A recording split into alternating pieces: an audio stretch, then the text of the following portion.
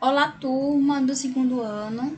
Hoje venho corrigir o simulado de redação de terceira unidade, né, com vocês. Vamos lá?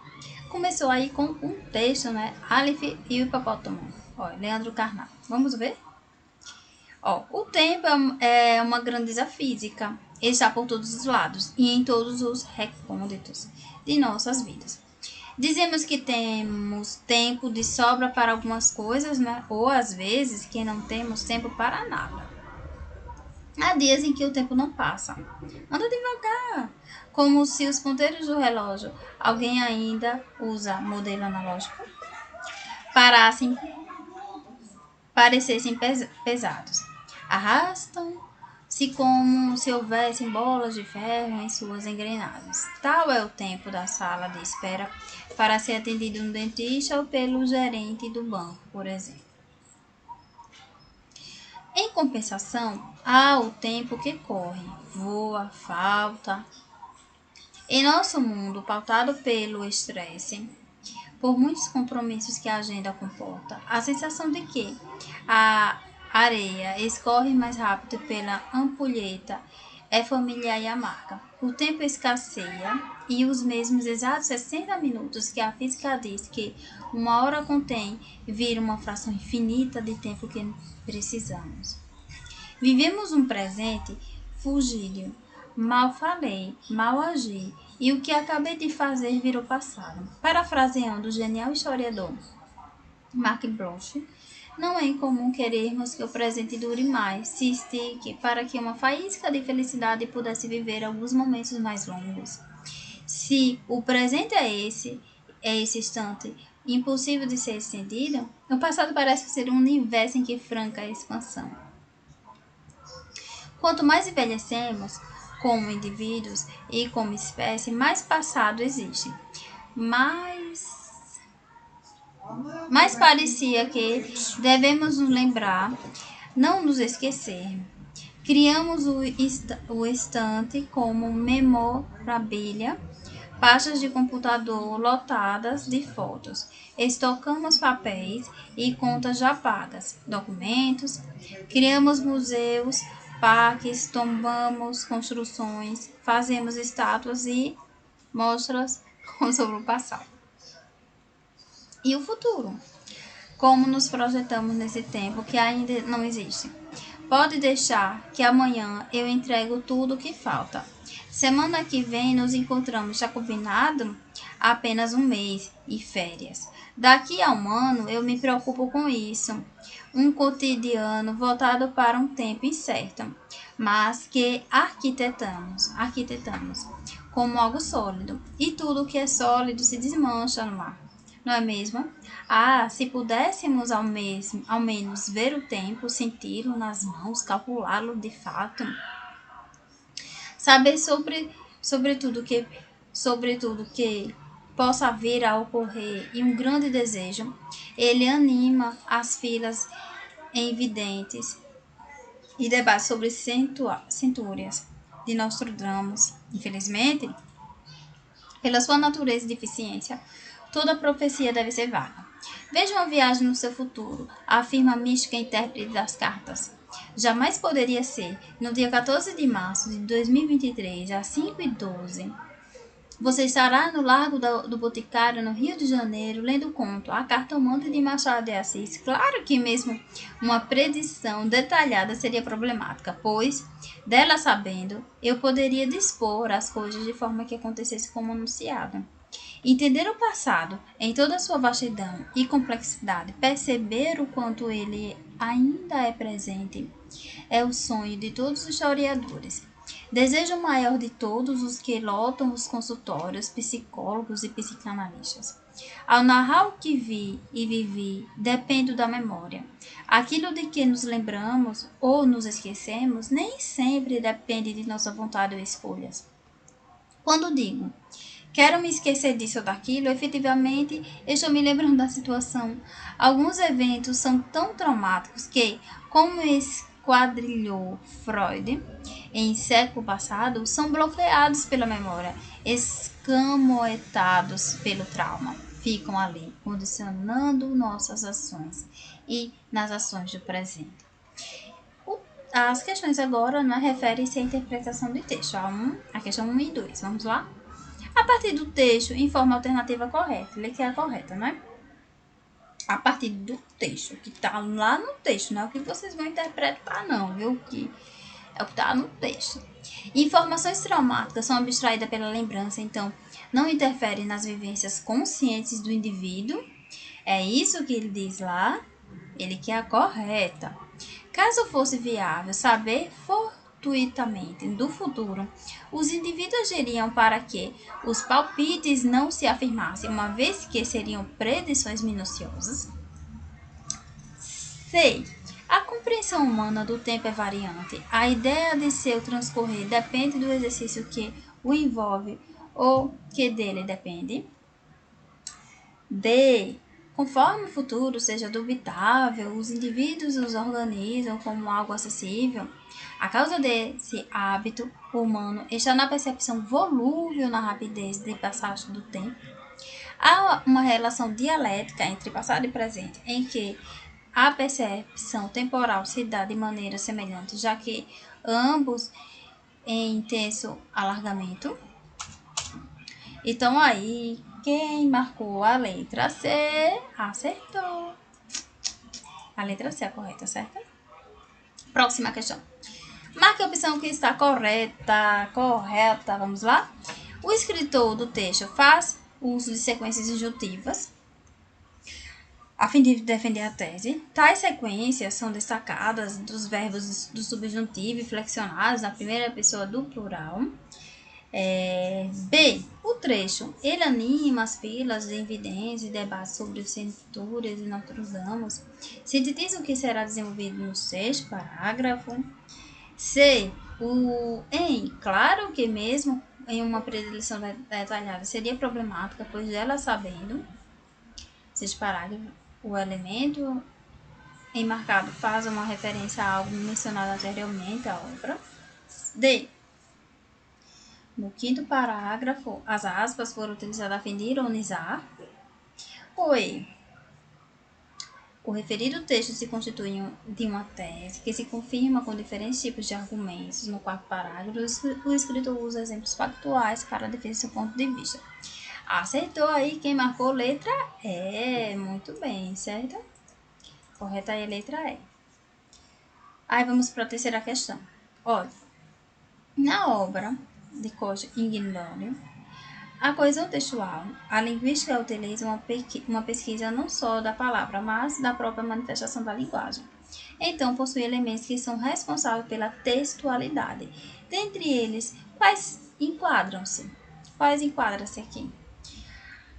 Informatividade, situacionalidade, intencionalidade. Olhem que já foi um assunto que nós já vimos, não é? Na segunda, não é? Uma revisão agora na terceira. Né? Então, aí, acertou quem marcou letra A, certo? Fácil essa, né? A informatividade, situacionalidade e intencionalidade, certo?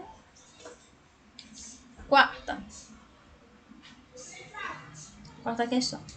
Através do estudo de intertextualidade, podemos definir como início de novas características do texto, também retomar essas características para introduzir novos conhecimentos. Apresenta-se de maneira implícita ou explícita, tarefa cabível pela manutenção do interesse do objeto de pesquisa, do discurso previamente introduzidos, responsável pela continuidade de tema e pelo estabelecimento de relações semânticas, recursos constituintes de modelos de escrita e de leitura, referem-se às relações de diálogo estabelecidas entre dois ou mais textos. Então, as corretas aqui são quais? Na nossa querida quarta questão. Acertou aí quem marcou a letra E, certo? A 2 e a 5 estão corretas. Vamos para a quinta. Ele diz assim: leia para uma criança, a cada livro o Brasil inteiro vira a página. Gostar de ler é o início de uma história cheia de descobertas e aprendizados na vida da criança. E tudo começa quando você abre o livro. Os textos publicitários são produzidos para cumprir determinadas funções comunicativas. Os objetivos desse cartaz estão voltados para a conscientização dos brasileiros sobre a necessidade de quê? De que as crianças frequentarem a escola regularmente, a formação leitura começa na infância, a alfabetização acontece na idade certa, a literatura ter o seu mercado consumidor ampliado, as escolas desenvolverem campanhas a favor da leitura. Essa é uma questão fácil, não é? Através da imagem, não é? E também é um texto verbal, não é? Não verbal. A imagem aqui, temos a imagem. Então, a quinta questão acertou, não é? Óbvio, quem marcou a letra B. A formação leitora começa na infância, né? Começar bons hábitos logo no início dos nossos estudos, né? Transformará o país. Mas a sexta questão, ele fala assim: qual é a segurança do sangue? Bem, vamos lá? Para que o sangue esteja disponível para aqueles que necessitam, os indivíduos saudáveis devem criar o hábito de doar o sangue e encorajar amigos e familiares saudáveis a praticarem o mesmo ato, não é verdade? A prática de selecionar criteriosamente os doadores, bem como as rígidas normas aplicadas para testar, transportar, estocar e transfundir o sangue doado, fizeram dele um produto muito mais seguro do que já anteriormente. Apenas pessoas saudáveis e que não estejam de risco, como adquirir doenças infecciosas transmissíveis pelo sangue, como as hepatites, a B e C, o HIV, o sífilis e chagas, podem doar sangue. Se você acha que sua saúde ou comportamento podem colocar em risco a vida de quem for receber o seu sangue, ou tem a real intenção de apenas realizar o teste para o vírus, não doe sangue. Cumpre destacar que, apesar de o sangue doado ser deixado para as doenças transmissíveis conhecidas no momento, existe um período chamado de janela imunológica, em que um doador contaminado por um determinado vírus pode transmitir as doenças através de seu sangue. Da sua honestidade depende a vida de quem vai receber seu sangue, não é? Por exemplo, a pessoa se contaminou hoje, não é? Então ele quis dizer que essa janela tem um tempo, não é? Tem um tempo para que o organismo possa identificar esse vírus e, através dos exames, possa ser identificado, tá bom? Então não é algo assim, né, simples. Nessa campanha, as informações apresentadas têm como objetivo principal o quê, turma? Vocês que fizeram a sexta questão, com certeza, identificaram que a correta é a letra A, não é? Conscientizar o doador de sua corresponsabilidade, né, pela qualidade do seu sangue, tá bom? Sétima questão. Em análise de textos fundamentados e práticas, Antunes apresenta algumas noções preliminares sobre o texto e suas propriedades. Na tarefa de expor o conceito de texto, a autora diz que todo texto é a expressão de algum propósito comunicativo. Caracteriza-se, portanto, como uma atividade eminentemente funcional, no sentido de que a ele recorremos com uma finalidade, com um objetivo específico. Assim, compreender um texto é uma operação que vai além de seu aparato linguístico, pois se trata de um evento comunicativo em que operam simultaneamente ações linguísticas, sociais e cognitivas. Somando a isso, expõe-se que o texto, como uma expressão verbal de uma atividade social de comunicação, envolve sempre um parceiro ou interlocutor, ao dissertar sobre suas propriedades ou critérios da textualidade. Assunto bastante discutido na literatura sobre a linguística textual. Antunes faz uma reordenação no quadro dessa propriedade, certo? Então, a pergunta é assim: é possível afirmar o quê? De acordo com esse texto, de acordo com o que vocês estudaram, né? Vamos lá. A intencionalidade, a aceitabilidade e a intertextualidade são compreendidas como uma condição para efetivar o texto, visto que, caso o leitor não tenha conhecimento sobre o diálogo estabelecido entre os textos, a intenção da mensagem pode ser compreendida.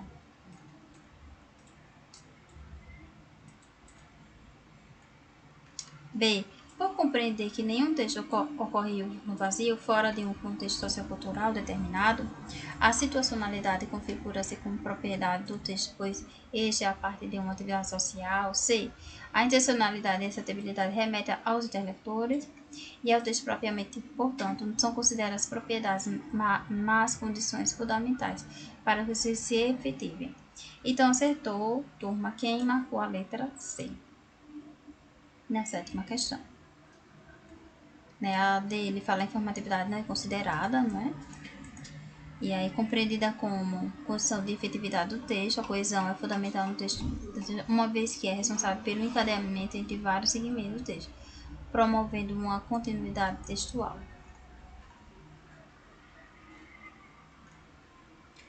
De acordo com o que ele informou aqui, tá? A oitava, leitura de sombras.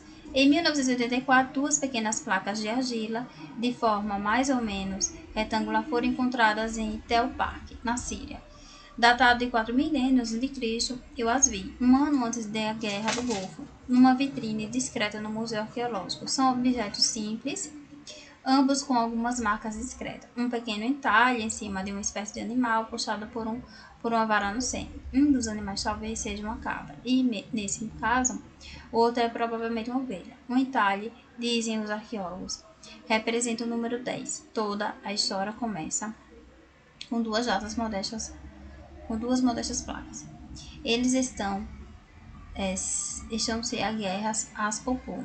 Entre os exemplos mais antigos da escrita que conhecemos. Marca alternativa que melhor explica por quais razões podemos considerar o texto lido uma descrição objetiva.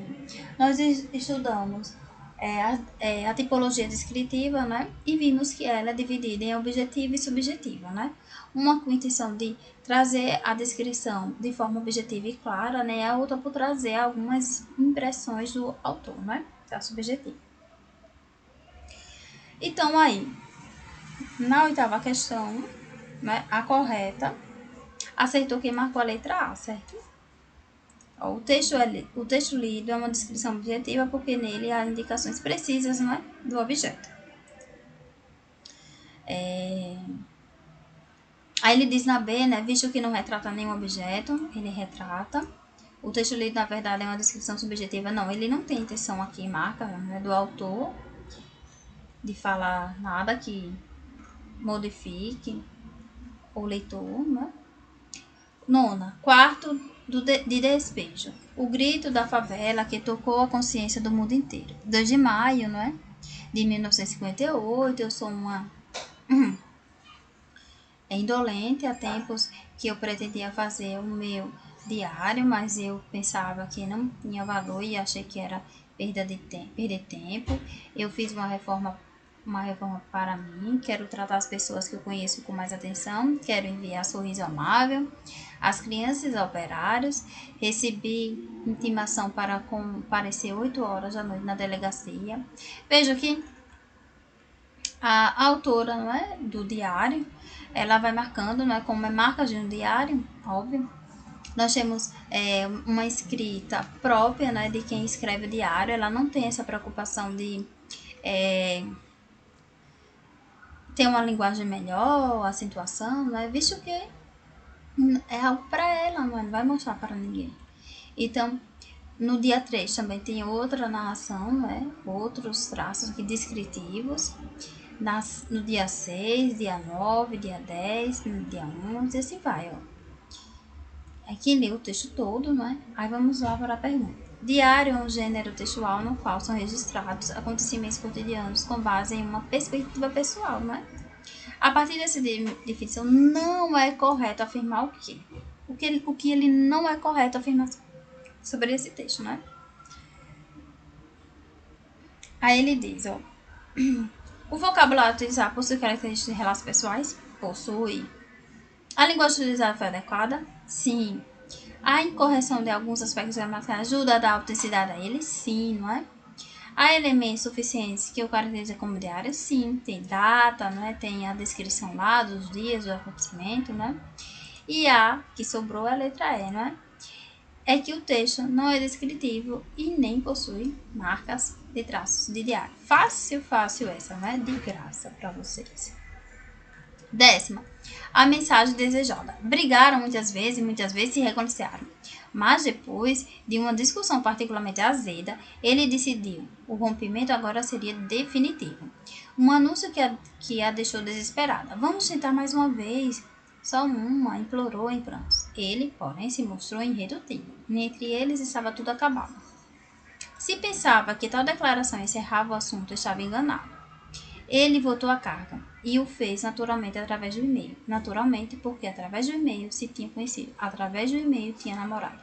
Ela agora confiava no poder do correio eletrônico para demovê-lo de seus propósitos. Assim, quando ele viu, estava com a caixa de entrada entupida de ardentes mensagens de amor, o que deixou furioso. Consultando um amigo, contudo, descobriu que era possível bloquear as mensagens de remetente incômodos. Com alguns poucos cliques resolveu o assunto. Naquele mesma noite, o telefone tocou e era ela. Nem se dignou a ouvi-la. Desligou imediatamente. Ela ainda repetiu a manobra mais umas 3, 4 vezes. Esgotada, a fase eletrônica, começaram as cartas. 3 ou 4 por dia, em grossos envelopes, que ele nem abria. Esperava juntar 20, 30, colocadas todas no envelope e mandá-las todas de volta. Mas, se pensou que ela tinha desistido, estava enganado. Uma manhã acordou com as batidinhas na janela do apartamento. Era um pombo-correio trazendo numa das patas uma mensagem. Já teve dúvidas, agarrou, amparou-lhe as asas. Pombos, correio não. E pronto, não havia mais opção. Aparentemente chegara o momento do seu triunfo. De acordo com o texto, né? E não atendia o telefone e devolveu as cartas dele. Agora ele passa os dias na janela. Olha, não teve dúvidas, agarrou o pombo assim. E pronto. Não havia mais opções para a coitada. Aparentemente chegara o momento.